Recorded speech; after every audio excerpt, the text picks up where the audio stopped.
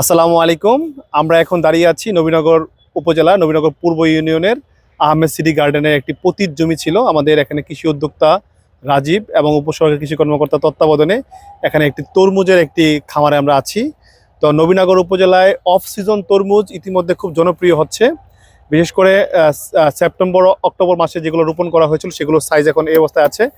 আমরা সূর্য ডিম বীজ পাতা কোম্পানির যে বীজটি সেই বীজটি আমরা সংগ্রহ করেছিলাম। সংগ্রহ করে আমাদের যে কৃষক অত্যন্ত যত্ন সহকারে এই কাজটি সে করেছে। এখানে চমৎকারভাবে আমরা ফলন দেখতে পাচ্ছি। বিশেষ করে এই মৌসুমে যে তরমুজ হতে পারে এটা আমাদের কৃষকরা অনেকেই জানতো না। আমাদের কিছু উদ্যোক্তা তরুণ উদ্যমী কৃষক এগিয়ে আসছে বলে জানতে পারছে। তাই আমি যারা ভোক্তা বাজারে এই তরমুজগুলো যখন আসবে আপনারা অবশ্যই এটি ক্রয় করবেন, কারণ আপনাদের এলাকার ফসল, এখানে কোনো ভেজাল নেই। এটি অত্যন্ত সুস্বাদু।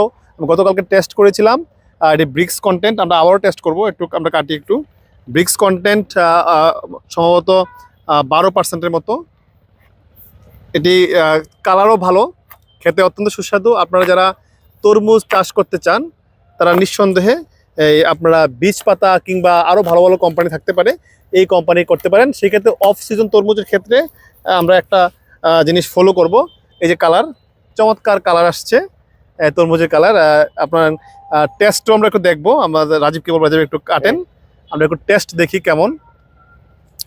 একটু একটা স্লাইস কাটলেই হবে। তো অফ সিজন তরমুজের ক্ষেত্রে যে নিয়মটা সেটা একটু বলে দেই। ফেব্রুয়ারি মাসের শেষের দিকে আপনারা বীজ বপন করবেন। তারপরে বছরের যে কোনো সময় মালচিং পদ্ধতির মাধ্যমে করলে ঝড় বৃষ্টি থেকে সেটা আপনার অনেকটাই সম্ভব করা। আরেকটা কাজ করতে পারেন, সেপ্টেম্বর অক্টোবর মাসের দিকে সেটি আমাদের জন্য ভালো একটি টাইম। আমরা একটু খেয়ে দেখি কেমন টেস্ট।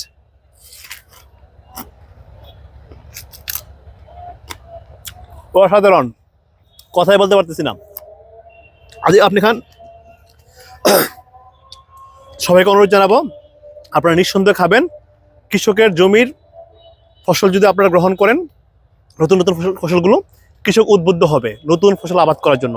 নোমান মাঠটা একটু দেখান, মাঠে কি পরিমাণ তরমুজ আছে। এই তরমুজগুলো আপনার বছরে পিক টাইম ব্যতীত অন্য সময়গুলো, অর্থাৎ ফেব্রুয়ারি থেকে সেপ্টেম্বর অক্টোবর মাস, এই সময়টিতে আবাদ করবেন। ইনশাল্লাহ আপনারা লাভবান হবে। আসলে কৃষি এমন একটা কাজ, এখানে প্রতিহিংসা করা যাবে না। সবাইকে উদ্বুদ্ধ করব কৃষিকাজটাকে এগিয়ে নিতে, কারণ এই পণ্যটা আমরা সবাই খাবো। আমাদের মৌলিক চাহিদার 1 নাম্বার বিষয় হচ্ছে খাবার। তো খাবারের জন্য আমরা সবাই সহযোগিতা করব। বিশেষ করে যারা উদ্যোক্তা তাদেরকে আমরা সহযোগিতা করবো, তারা যেন আপনারা এই ফসলগুলো করতে পারে। ধন্যবাদ সবাইকে।